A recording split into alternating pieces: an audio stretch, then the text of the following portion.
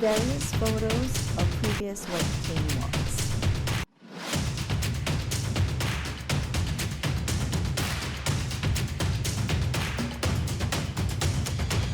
White Cane Walk 2021.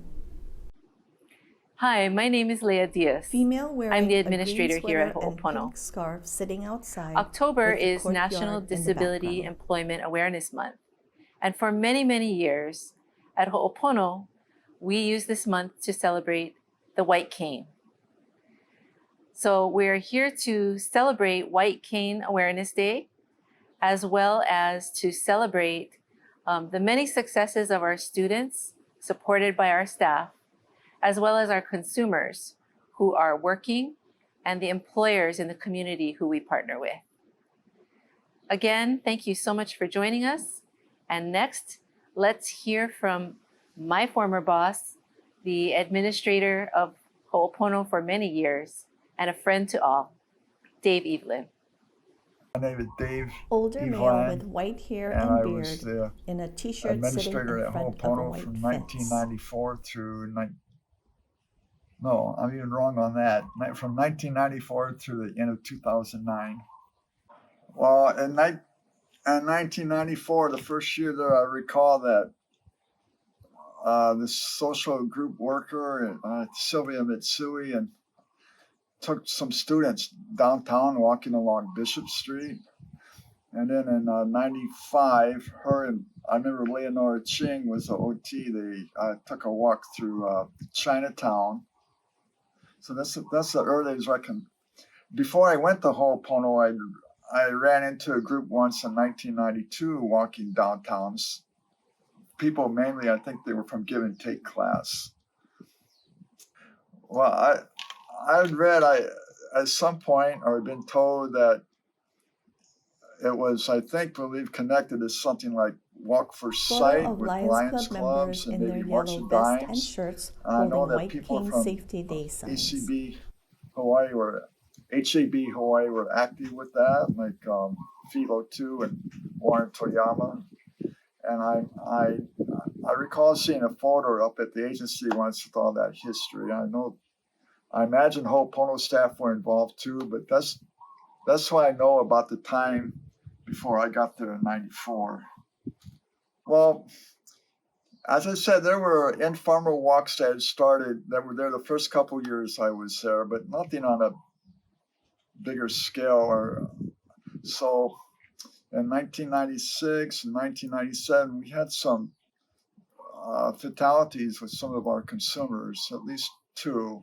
One was walking towards a walk shop enclave at Gasbro on a rainy day and got hit by a truck. And another was a gentleman visiting in Nevada. And as I understand, he was in a crosswalk. And I also understand he was using his cane, but he got hit too. So that caused a lot of concern. Plus, there was a person who worked at our workshop on Bachelot who got bumped on 3 different occasions in 96 and 97, just walking to the shop. Nothing serious, but enough to cause alarm by people coming out of small driveways. They hit him right as he was walking on Kuakini. So it was felt that we should try to do something to bring more awareness to the importance of the white cane Day, October and draw people's attention to it, and so more people can understand that people using the cane, they don't see you. So drivers, the drivers need to be careful and also understand that it's that individual's right to be out and about, and they should not get impatient. Because something else that bothered us was our mobility instructor. One of them at the time, Michael Hughes, had gotten honked at while he was with a student in a crosswalk done by Eva Lay. So all that came together, and that started the first kind of a bigger walk in 1997, where all the workshop employees and some other people in the community went down to the Capitol Rotunda and did the route we pretty much do now. after that first one in '97 at the Capitol, Shirley Sasaki came on board as a community group social worker and organized a bigger event where we had the governor's Photo of proclamation. former Governor We'd meet Ben in the governor's Cayetano office and he would other sign walk a supporters holding the White plaque Cane or Day whatever and proclamation in the governor's get chambers. a photo op. And then she brought in, we usually would get some media coverage from that time on.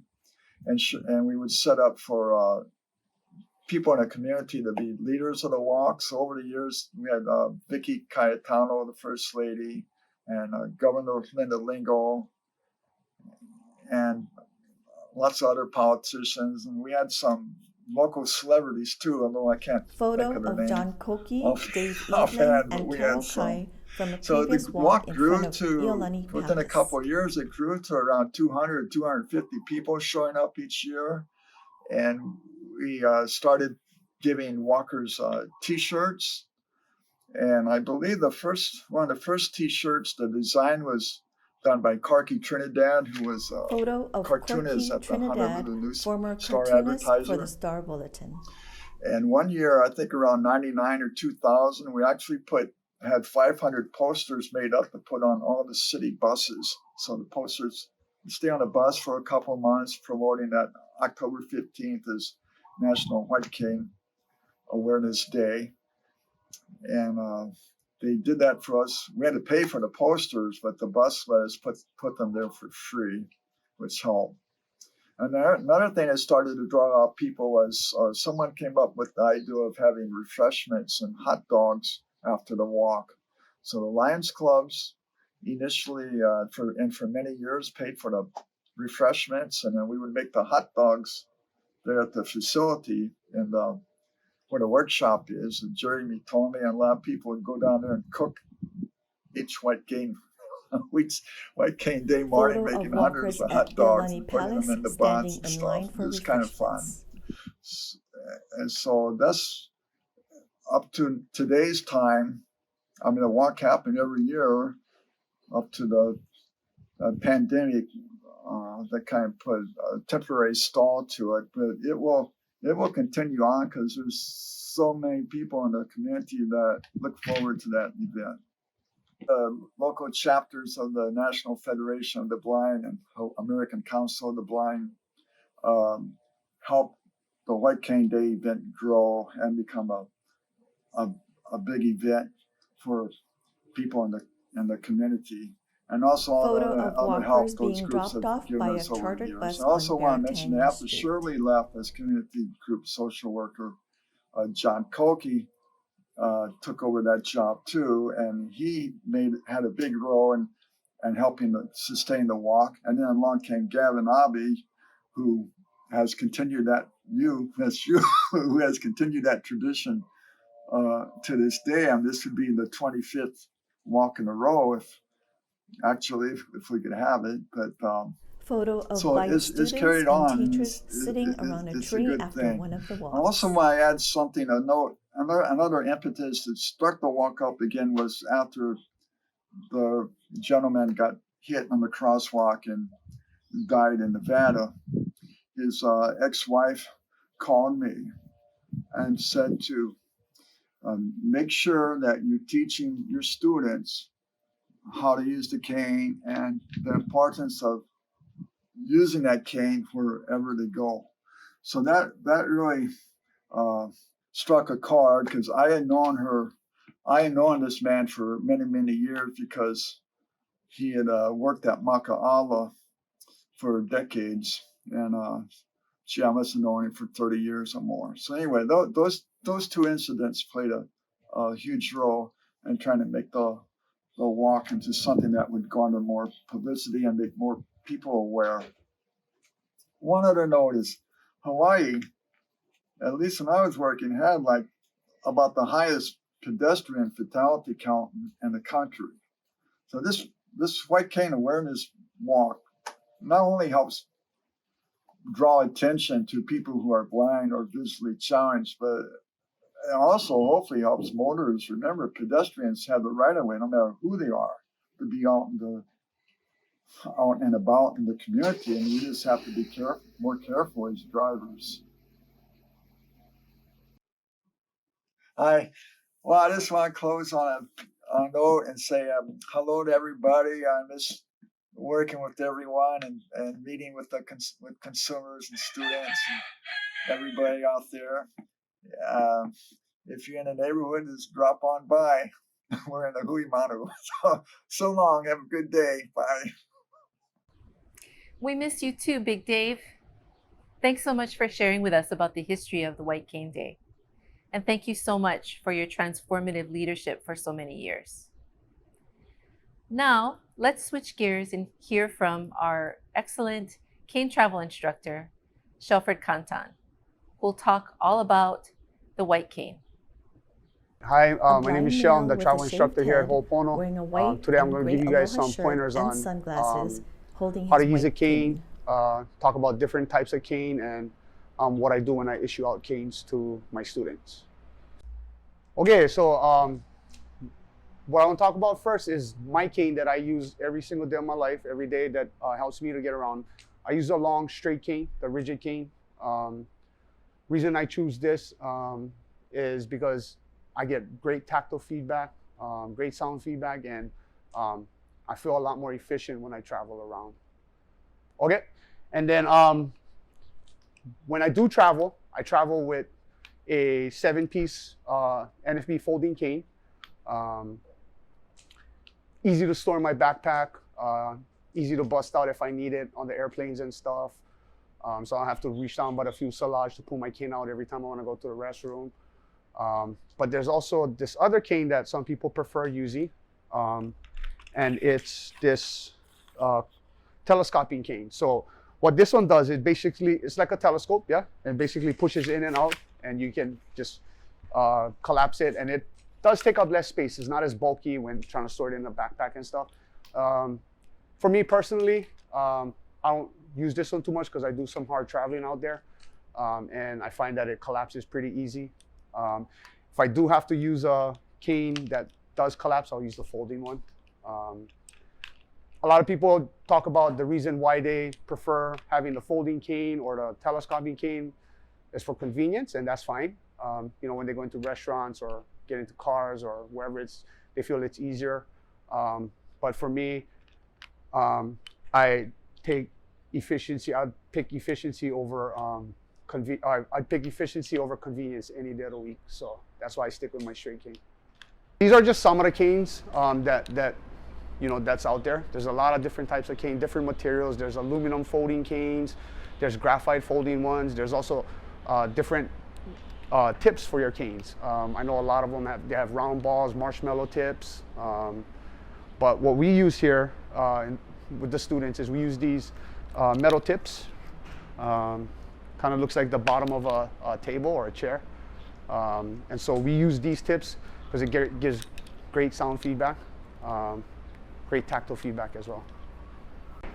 Okay, so when I issue out a cane to a new student who starts training in the program or even just field clients and stuff, what I'll do is I'll generally give them a cane that's probably between their nose and their eyes, especially if they have, they have no issues with mobility, outside of their blindness, like maybe health reasons or maybe some bad knees or balance issues and stuff. I'll generally give them a cane between their nose and their eyes, because what that does is, as they get more skilled and more confident in their travel, they'll be able to walk faster. They'll be able to pick things up from further distance away, which will allow them to walk faster. Okay, so when I issue out canes to someone who might have some, like I said, non-blind mobility issues with their knees, their legs, their balance and stuff, I would issue them a cane a little bit shorter, maybe more towards their chin, because their speed won't be that fast. And sometimes just having a longer cane and walking with a slower speed can actually be a disadvantage. So that's why I'll just give them a shorter cane. Of course, like I said, if I expect them to get up to the speed that I expect them to get up to, then they're going to need that longer cane to have more time to react. All right, so when I get a student when starting his first day, the first thing I do is I talk about the long white cane, and then I teach them how to use the cane. And what I teach is called the open palm technique. There's different techniques out there, but the one I teach is called the open palm technique. Basically what you do is you kind of hold the cane right in between the valley of your pointer finger and your thumb, and basically just kind of roll it back and forth. It's going to roll between your fingers. So your wrist isn't moving, your arm isn't moving, your hand isn't moving, the cane is just moving between that valley there, yeah? Going back and forth to the left and to the right, okay? That's what we call the open palm technique, okay? And then I also teach them how to walk in step. So every time your cane arcs towards the left, your right foot should be coming forward. Every time you arc back to the right, your left foot should be coming forward. And they should be hitting the ground at the same time. You should be walking in step with your cane, yeah? Every tap you have a step. Every time you step, you have a tap. All right, so the next technique I'm gonna talk about is called the pencil grip. This is a technique I use quite often, going out when I get to go to Walmart or when I travel in downtown or go to Macy's and stuff. And what this grip is, it's basically like you hold it like a pencil, as if you're writing with a pencil at a slight angle, keeping the cane maybe, I don't know, a foot and a half, 2 feet in front of you. And the reason for that is you don't want to get your cane caught up, in racks in the stores, clothing racks, people's wagons, or even especially under people's feet, and get them tripped up and cause some kind of accident that could have been prevented. So basically I teach this grip especially when people are in more tight, compact areas. It's much easier to navigate around. Airplanes, airports, where there's a lot of people. So this is the go-to, the pencil grip. Thank you so much, Shell.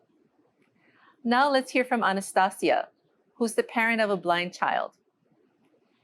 And you'll learn from her that having the right perspective and the right resources and the right role models can make all the difference.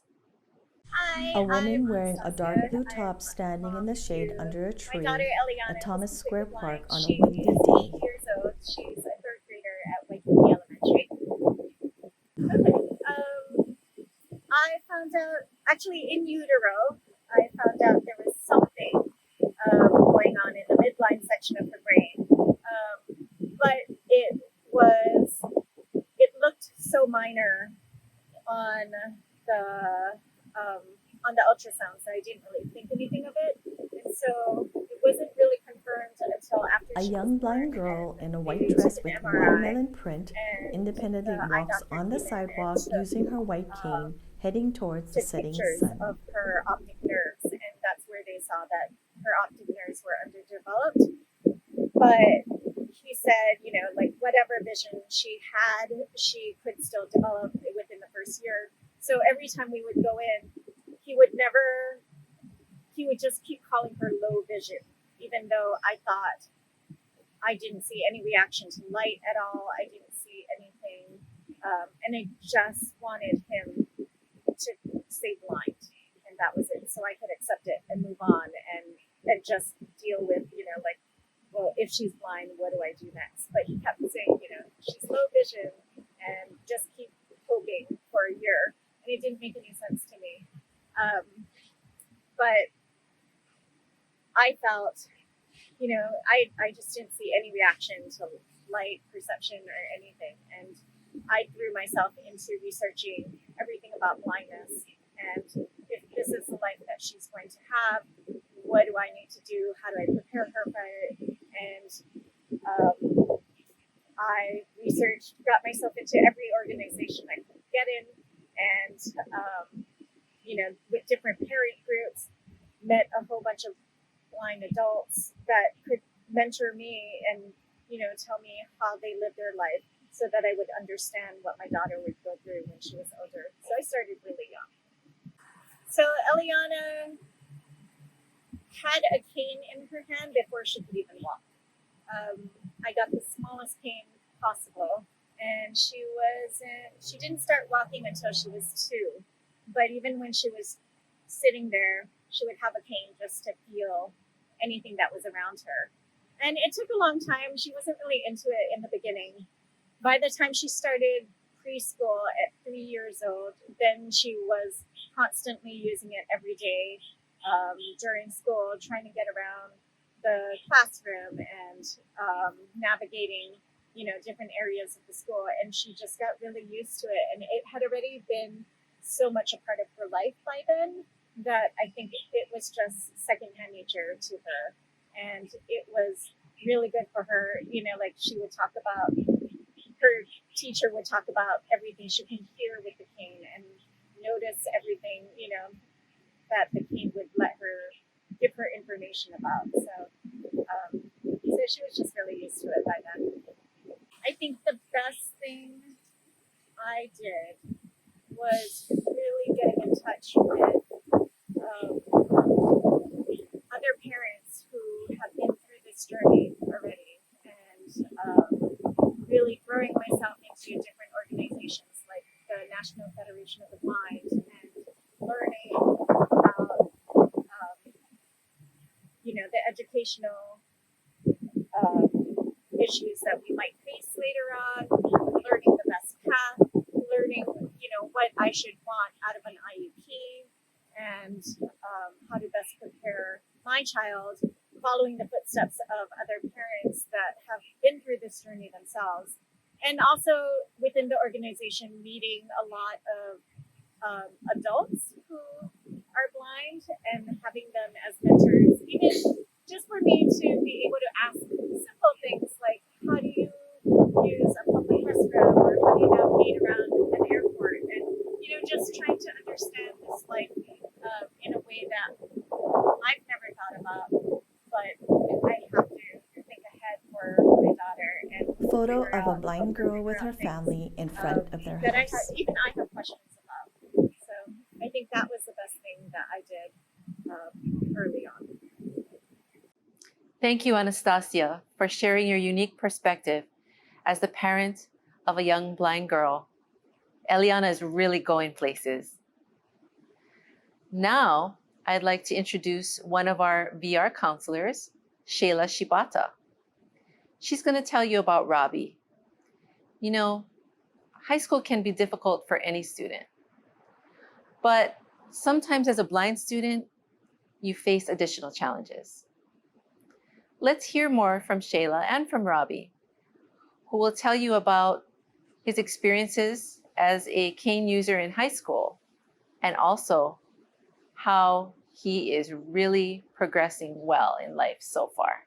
I'm A Shayla female Shibata, standing a along a vocational white building with a rehabilitation green counselor gate at and a Ho'opono. sign saying Not only do we work Ho'opono. with adults and kupuna, but we work with students from the age of 14 years old.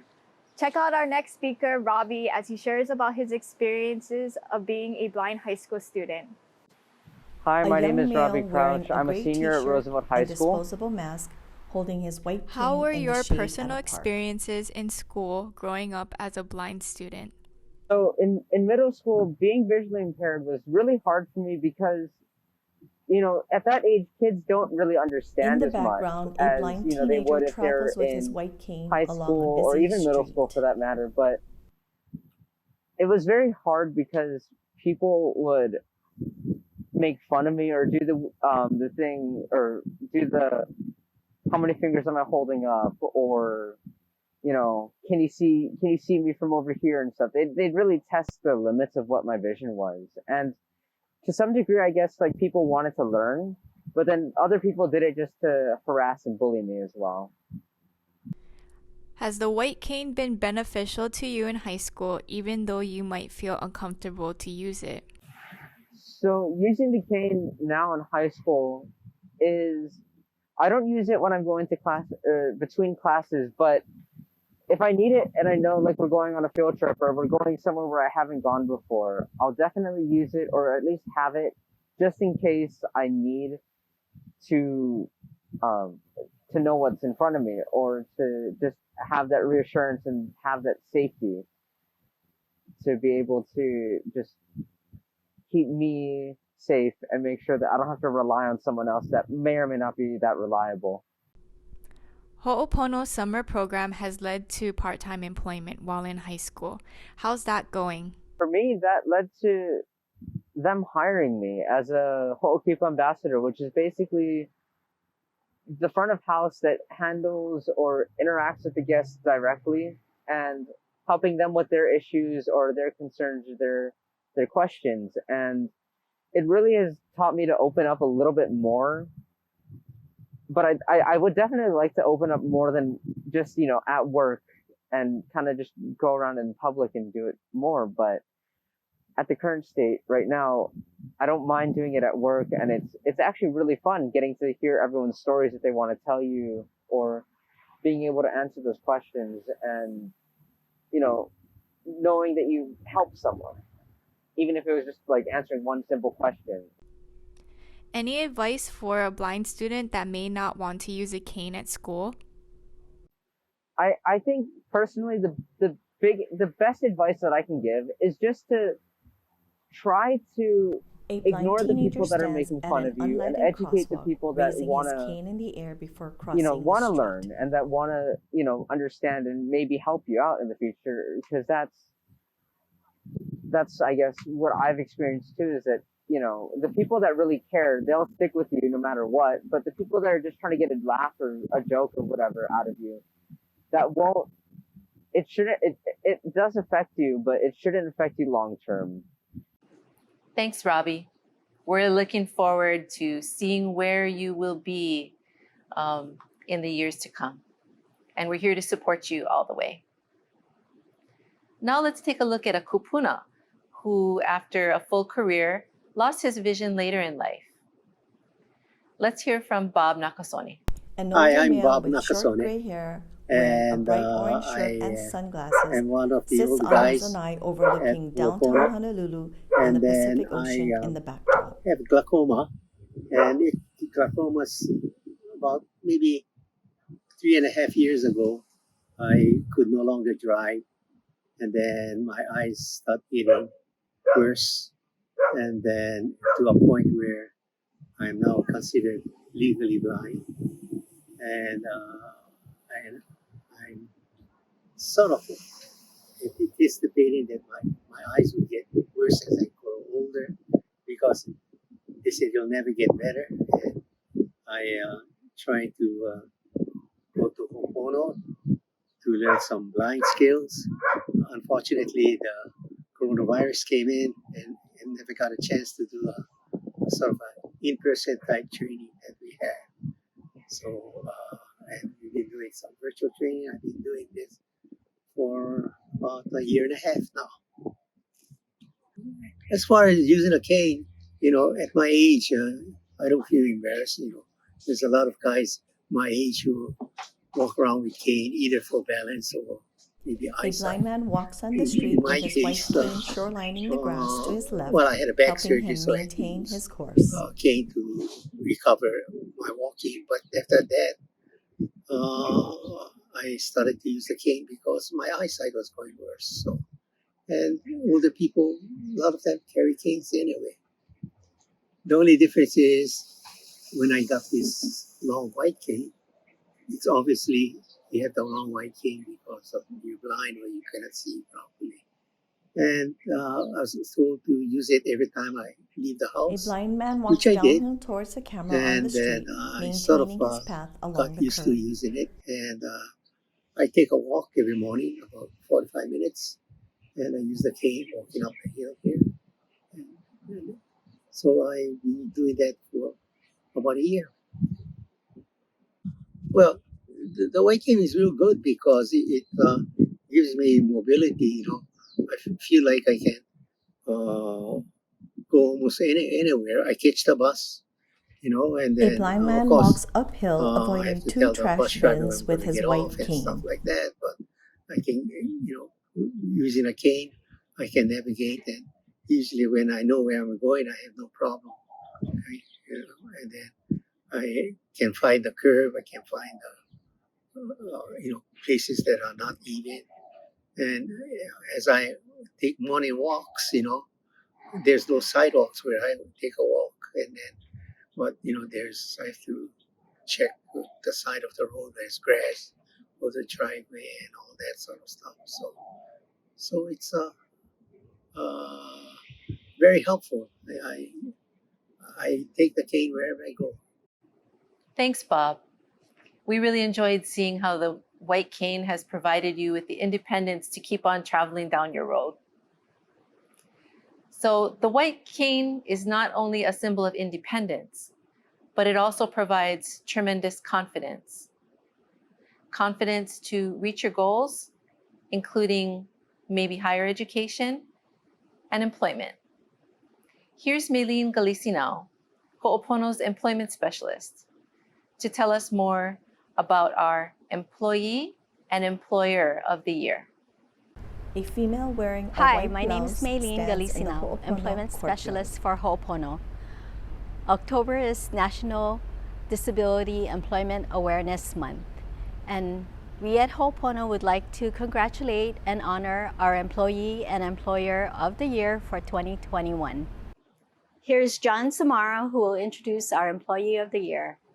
A male with a pink shirt and brown Akibra or Australian hat. BVR, and I've had the pleasure of working with Cassandra Sotiza for a couple years now, and we're really proud to give her an award that she's successfully employed, and she's our Employee of the Year, in fact.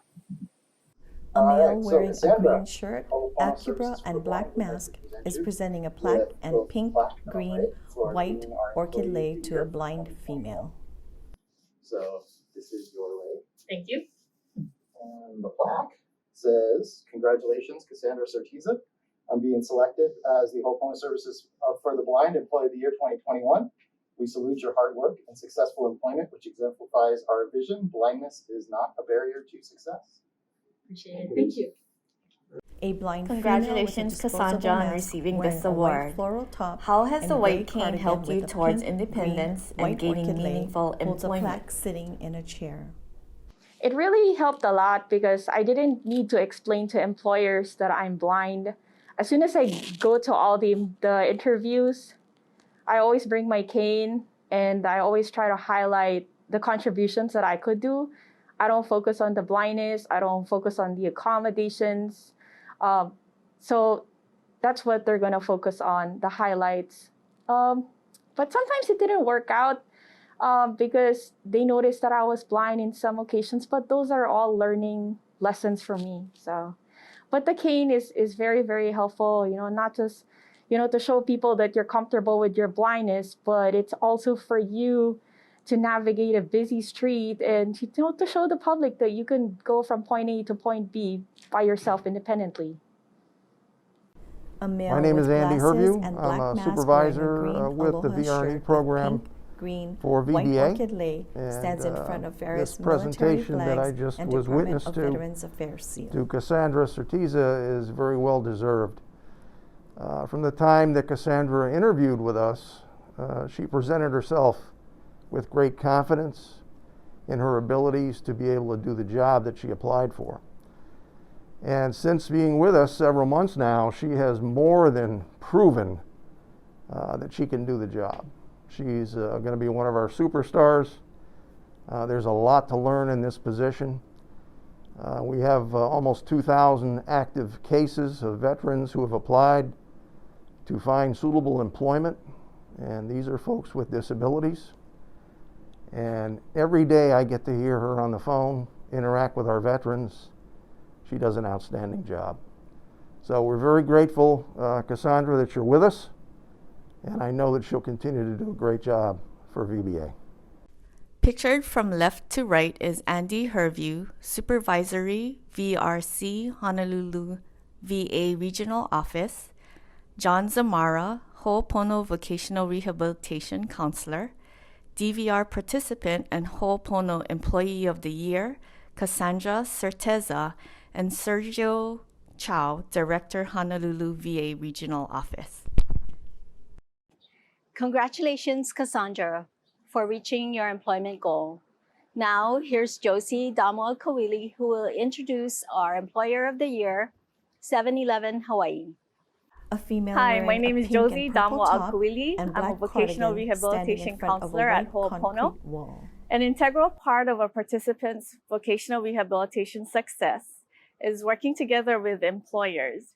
We had the opportunity to work with 7-Eleven Hawaii, who exemplified the true meaning of partnership, trust, and inclusion.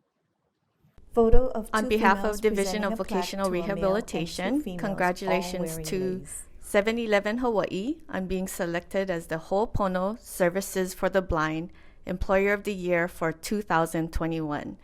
We salute your efforts and collaboration working with us to support our vision.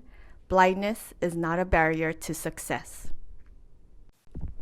Pictured from left to right is Maylene Galicinao, Ho'opono Employment Specialist, Susie Henyon, Personal Administrator, 7-Eleven Hawaii, Loretta La'eha, DVR Participant, 7-Eleven Store Manager, Blake Yokotake, Human Resources Manager, 7-Eleven Hawaii, and Josie Damo Agkawili, Ho'opono Vocational Rehabilitation Counselor. Congratulations, Cassandra. We're all so proud of you. And 7-Eleven, thank you for partnering with us at Ho'opono in our vision that blindness is not a barrier to success. This year, we still wanted to be able to celebrate the White Cane Walk. But amidst the pandemic and on Oahu, restrictions on the number of people who can gather together, we needed to scale it down a bit again this year. And we decided to have Dean Georgiev, who is the supervisor of the New Visions program, along with his staff and New Vision students, take a walk around downtown to demonstrate their independence as they are learning more and more how to use the white cane. A male in a red Aloha, t-shirt this is with Guy. the word I'm empowerment here at the state stands capitol. in front of the We're Hawaii celebrating State a Capitol. virtual White Cane Walk Day. We're here with a bunch of students from the New Visions program and staff at Ho'opono, and we're here to basically celebrate the way we can. And this year it's virtual, and we hope that everybody understands that the long white cane represents freedom and independence for blind folks, and we intend to, get that message across to people, even in COVID times. Thanks. 3 blind females it and means 3 freedom. blind So, males all using I white can canes along with a female holding a places on sign, my own, blindness is and, not a barrier to success, I'm not walking stuck along depending on Baratini other Street. people. Well, more independence, helping give me an idea of what's around me so that I don't hurt myself. So white cane means to me independence and building confidence. That's what it means to me. Pictured are this year's 9 walk participants by the Damien statue at the state capitol: Iona, Bob, Clifford, Gordon, Deborah, Dean, Vicky, Kyle, and Jamie, holding up a sign, blindness plus cane equals independence, and blindness is not a barrier to success. We miss you and hope to see you next year. So we've heard a lot today about the history of the White Cane Walk at Ho'opono and in Hawaii. You've learned about tips on how to use a white cane and what kind of cane we use here at Ho'opono in our classes. You've learned from parents on how they're raising their blind children to be independent people. We've seen how Robbie, with his white cane, is navigating his way through high school and towards his dreams. And we've seen how the white cane can help kupuna continue to be independent. We've also been able to celebrate competitive, integrated employment with our Employee of the Year and our partnerships in the community and our Employer of the Year, 7-Eleven Hawaii. You've seen how we can still celebrate independence and the white cane during the pandemic with our New Vision students and staff. Again, this is National Disability Employment Awareness Month. This is White Cane Celebration, and this is celebration of independence and empowerment and partnerships. Thank you all for joining us today. Thank you to the Ho'opono staff. And thank you so much to all of our consumers and we do miss you. And we can't wait to see you back here on Bachelot Street again really soon.